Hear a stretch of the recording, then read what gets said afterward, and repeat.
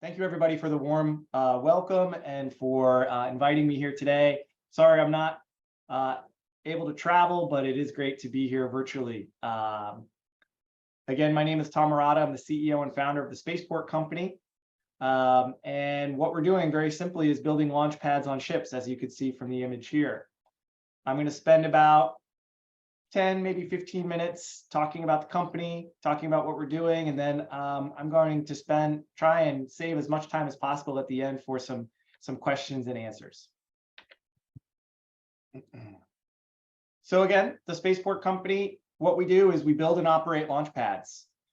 Or to say it in other words, we're building a system, a network of launch sites on sea-based platforms to solve the problem of spaceport congestion and enable point-to-point rocket travel. The demand for launch pads is growing. We see here the number of objects launched into space is increasing. Anybody who's attending this conference is probably well aware of this. But in the United States, the supply of spaceports able to send a satellite to orbit is limited. There are, of course, more spaceports than this in the United States, but these are the only 4 places in the US where one can send a satellite all the way to orbit. And I'll pause here and say my presentation is very US focused, but at the end of the presentation, I will add how our technology could be used anywhere around the world. So we see in the United States, demand for launch pads exceeds supply, both for commercial customers as well as for national defense customers. The new head of the Space Force, Chief of Space Operations, General Saltzman, testified to the US Senate that, in order to ensure national security, you see the quote there, we need to increase the number of launch providers and launch pads. And here's just a small list of the number of US-based launch providers that are seeking launch pads. Well, why don't we build more spaceports? Why not build more launch pads on land? Well, in the United States, it has proven very challenging to build more launch pads. All efforts to add a new orbital spaceport are in regulatory gridlock.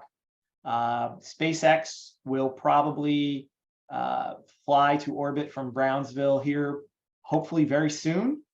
But all other efforts to build a new orbital spaceport on land have proven challenging. And it's because it's very expensive and there are a lot of regulatory impediments to find land on the coast where you can build a spaceport. There are other stakeholders that want to use that land, recreational stakeholders, environmental stakeholders. And so it's essentially impossible, really very, very infeasible to build a new spaceport on the coast in the US today. For US operators to go overseas is also very, very challenging. It takes about 2 to 5 years, not counting the local government approvals. And it's also very challenging to scale the business operations when you're operating so far away, when the supply chains are international and perhaps thousands of miles long. It's very challenging. Even within the United States, for companies to go from a launch site that might be on the other coast can be very expensive. So launching from the sea allows us to reduce the distance between the factory and the launch pad. So of course, the problem, as I mentioned, is in part regulatory impediments. I list here just a number of the US regulatory impediments. One of the biggest being local community opposition. Living next to a spaceport is not pleasant. It's very loud, things blow up. And so even if most of the national regulations went away, we would still be faced with very strong community opposition to new spaceports on land. We are experts, our team are experts in regulations. As Martinez said, I worked at Astro, which is a small launch company. It was my job to go find launch pads and set up all the regulatory efforts for them.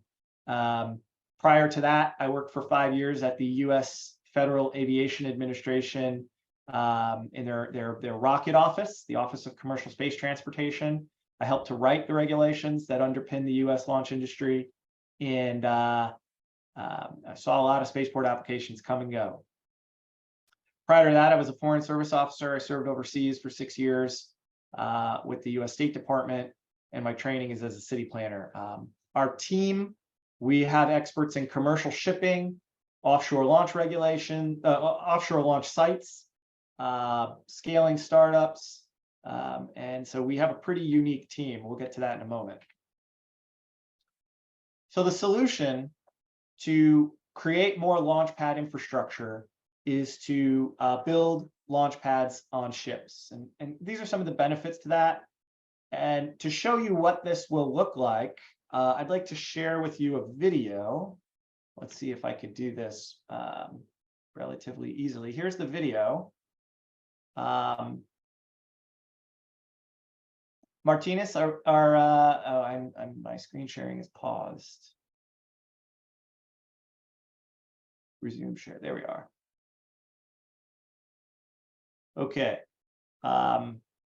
Let's see how this goes with the video.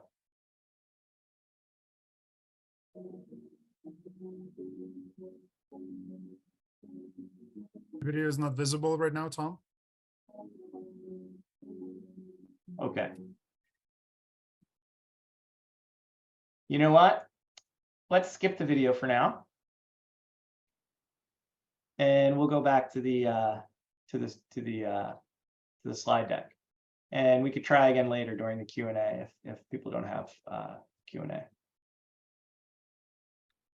Martinez, can you see? Am I back on the screen here? Yes, we can. Thank you very much. I'll just verbally describe. Well, I think I have a slide. Oh, outstanding. I have a slide here that describes how it works. The system is self-contained on a ship. The launch vehicle, we serve small to medium-sized launch vehicles. That's what our minimum viable product will service. So you see here the truck with the rocket brings the rocket onto the ship. The consumables are loaded onto tanks that are on the ship. Ship goes out to shore. Ship goes out to sea. We operate relatively close to shore, 5 to 10 miles offshore. At that point, the legs extend down to the seabed, and the ship raises up and becomes a fixed, raised, stable platform. So it transitions from a mobile ship to essentially a sea-based platform, like an oil platform. The crew works on the platform to prepare the rocket for launch. When it's ready to head into terminal count, the safety zones are activated. The crew comes off the ship to a nearby support boat. Once the launch is conducted remotely, just like it is from a typical pad on land, then the crew returns and sails the lift boat back to shore to turn it around and do it again. We are designing our system to be very high cadence, at least weekly launches, if not more frequently. And the thing I like about our system is that it's scalable. It's easier to build more ships than it is to go find another 100 acres on the coast somewhere to build another spaceport. So once we prove our first system, we'll be able to, quote unquote, copy and paste it to meet more demand around the world. Of course, launching from ships has been done before. Boeing conducted 36 launches from their sea launch system, much larger, much more complex system than what we're describing. They did this earlier in the 21st century. They were partnered with some partners that it just became untenable to continue in the 2010s. And so we're avoiding that by trying to keep as much of our investment and partnership with trusted partners.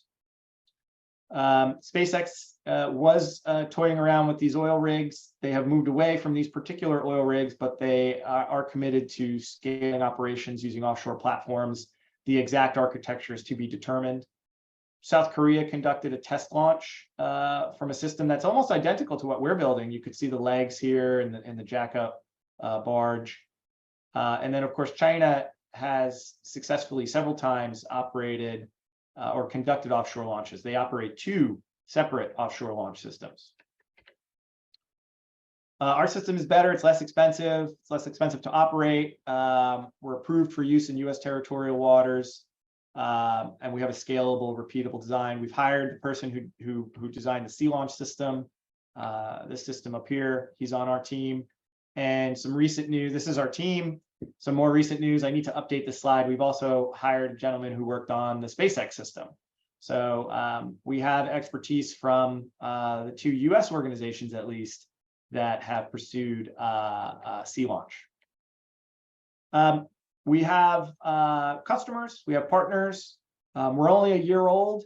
So in our first year, we went out and asked the industry and asked the marketplace if there was a demand for this, and we feel that there is. We have pretty significant levels of customer demand. And most excitingly, we've signed an agreement with the state of Virginia, the U.S. state of Virginia, to explore how to incorporate our infrastructure into their operations at an existing spaceport. So not only does there appear to be demand from commercial launch operators and payload operators and the U.S. Department of Defense, but also from other spaceports, which is nice. We work with our customers by helping them first with their regulatory efforts. So companies that are trying to get their U.S. launch permissions, that's how they start with us. Of course, we cannot launch a company until they have permission to do so. So it's in our interest to help them do it. And that's a great way to onboard them onto our product.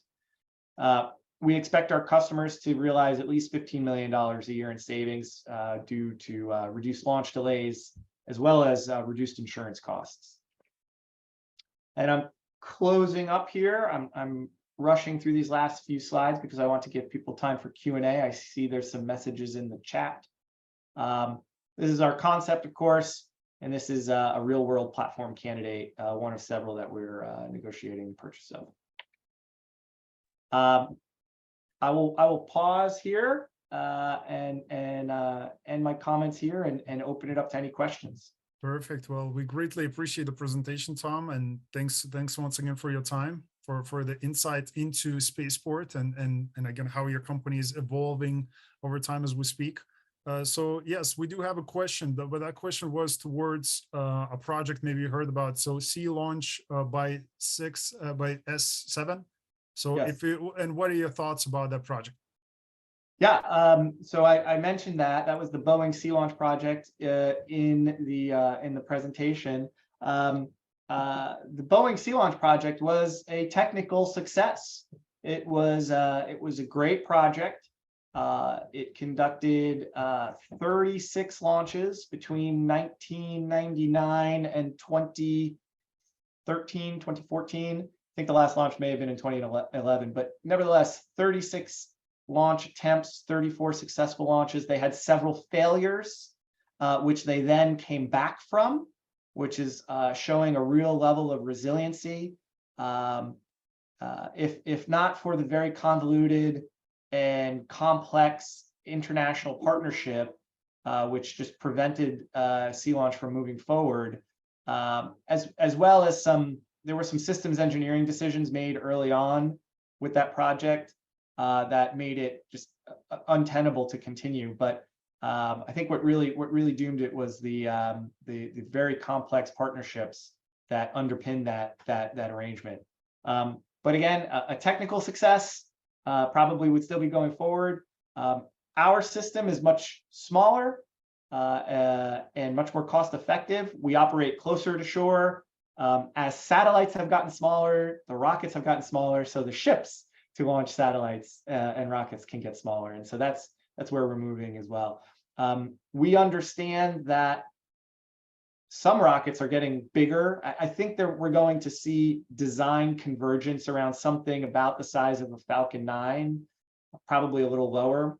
We see Rocket Lab building a bigger rocket. We see Firefly building a bigger rocket.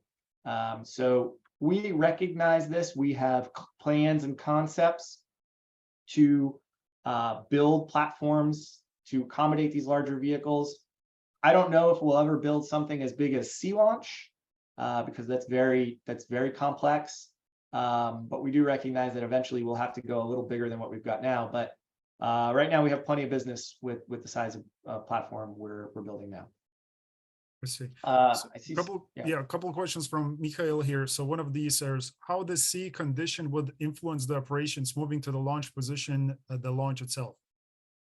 Yeah, great question. So the constraints on a launch, the surface winds, for example, the upper level winds, precipitation, rain, snow, fog, are typically far more restrictive than the weather constraints on our ship.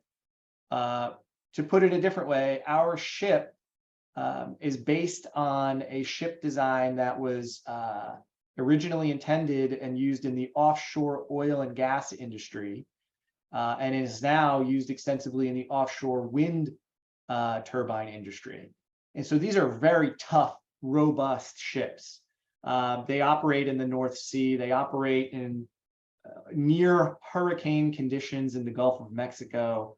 In places like Louisiana, the safest place to be in a hurricane is on a lift boat, because as the water comes up, you just jack up a little more and you can rise up above the water. So they're very, very robust, very tough ships. The main constraint on operating a launch site on a lift boat is not the lift boat, it's the aerospace equipment. And environmental limitations if you launch from the seas. Yeah, there are limitations. I don't want to indicate or hint that we avoid all environmental limitations. That's not true. But we do mitigate and reduce the number of environmental limitations. In other words, there are fewer environmental constraints when operating just 5 or 10 miles offshore, as opposed to operating on the coast.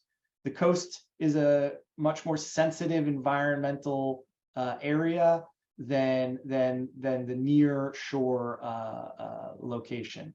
When you're 10 miles offshore, you're not closing beaches. You're not affecting wetlands. We're not affecting nesting turtles.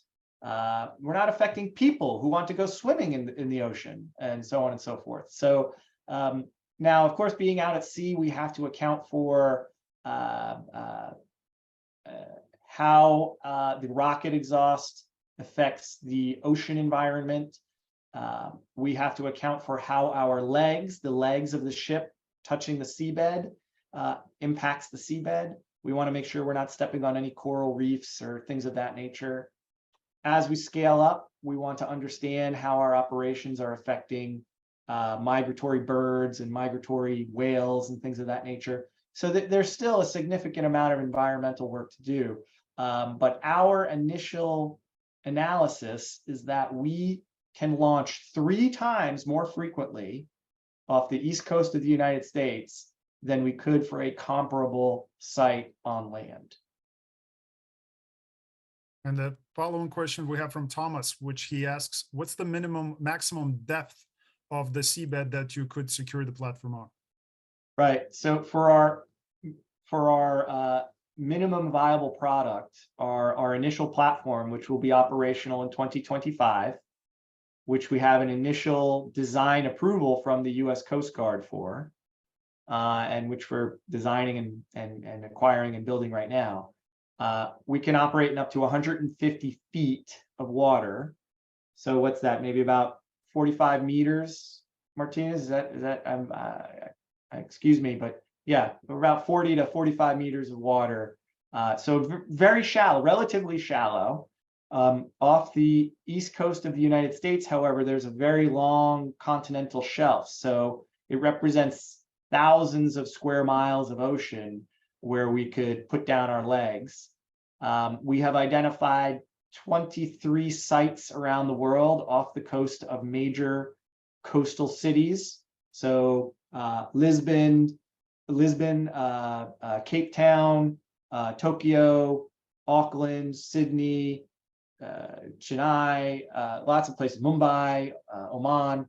I could keep going and going and going. There are many, many places around the world where this infrastructure would work very well, where the water is shallow enough, where there is an industrial port nearby, where there is a large city nearby that could create demand for this system.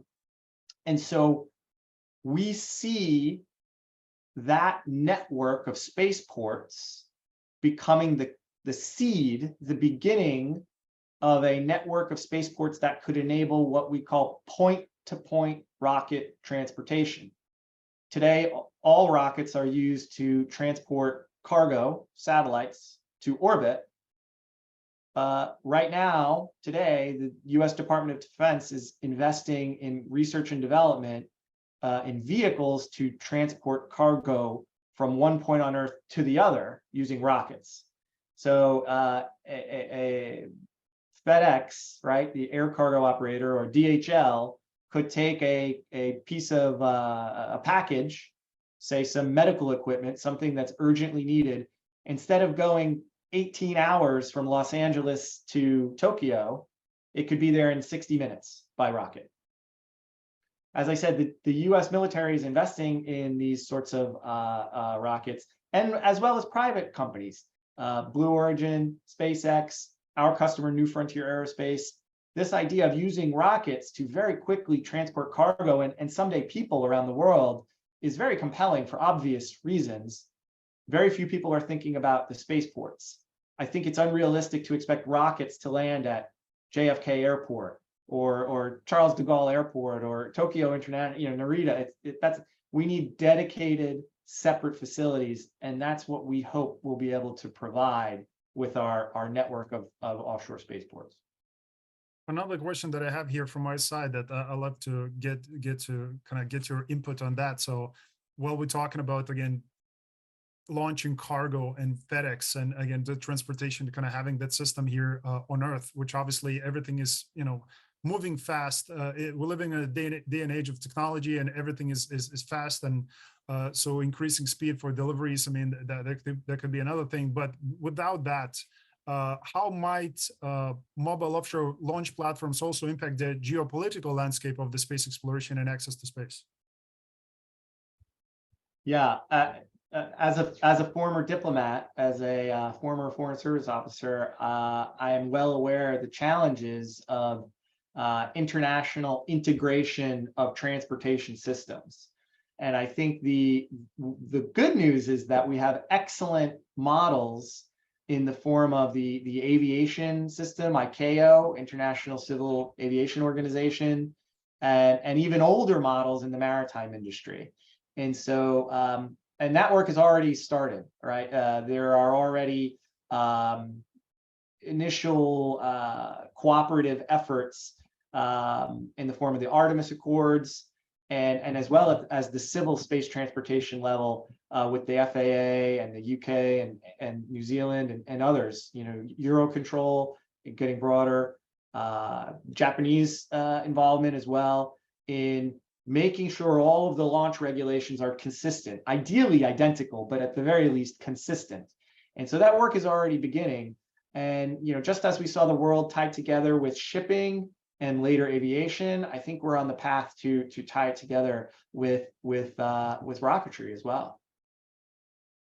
Sounds fair. Sounds fair. So before we wrap up, we just a last question. Obviously, you covered that during the presentation too, and but I would like maybe for you to emphasize that a little bit more, because for the people who are watching the sessions or watching after the recording, obviously there's also links included where you can contact Tom privately, ask to schedule one-on-one meeting, and obviously follow his company. You're going to find all the details in a speaker page where the contact details are. But I want to ask you a question. So how do these mobile offshore launch platforms improve access to space for countries and organizations without traditional launch capabilities? Great question. Yeah, thank you. I'm glad you asked that. We have spoken with several US states that have spaceports in interior of the country, but they are unable to get to orbit because the risk of launching a rocket over land is deemed too risky. If it were to explode, it would rain debris on homes and farms and businesses. And so these US states that are interior have reached out to us and said, hey, could we have a platform that you control, or I should say that you operate, that we control, that, you know, they want to have an off-site vertical orbital launch capability, is what I'm saying. And that's a very interesting idea. We haven't yet had that conversation internationally, but the same model could apply for, you know, Colonel Mazur, who spoke before me. He said, oh, Poland is unable to have a conventional vertical orbital launch capability for the same reason I just described. Well, why couldn't Poland have a sea-based launch platform that, you know, was located perhaps off the coast of Portugal? I'm just using that as an example, or something like that, or even in the North Sea, you know, heading north. It opens up new possibilities. Now, the spaceport wouldn't be inside the territory of the country. It would be located off-site, but it would give that country a way to enable its domestic satellite industry to have a dedicated spaceport. You know, it could allow an internal country, an interior country, or an interior US state to say to its university students, its entrepreneurs, yes, we have a place for you. We know where to go. It's reserved. Got it. Well, awesome. Thank you again, Tom, once again for your time, for the presentation, for the Q&A, for the answers. And once again, just emphasize for the people, you're going to find contact details, which of course we're having these government officials, just like Martin, that you already met, looking for solutions, right? And they're willing to collaborate. And that's what this event is all about. So I highly encourage everybody, participants and other speakers, which we have many, to go to that list and directly contact and schedule one-on-one meetings with all these speakers that you have that in a list. So once again, that is already there. That's included with all the details about the company and also. Thank you, Tom, again. Greatly appreciate your time once again. And we hopefully are going to see you at the year 24 with more exciting news and things to share. Yes, thank you, Martinez. Excellent job. This is a great conference. You're doing a great job. I can't wait to come back. I've put my email in the chat, so I encourage all the participants, send me an email. Happy to collaborate, and we'll if we don't see you before then, I hope to see you before then. We'll definitely see you next year. Definitely. Awesome. Well, okay. Thank you, Tom. Thank you once again. Bye-bye. Take care.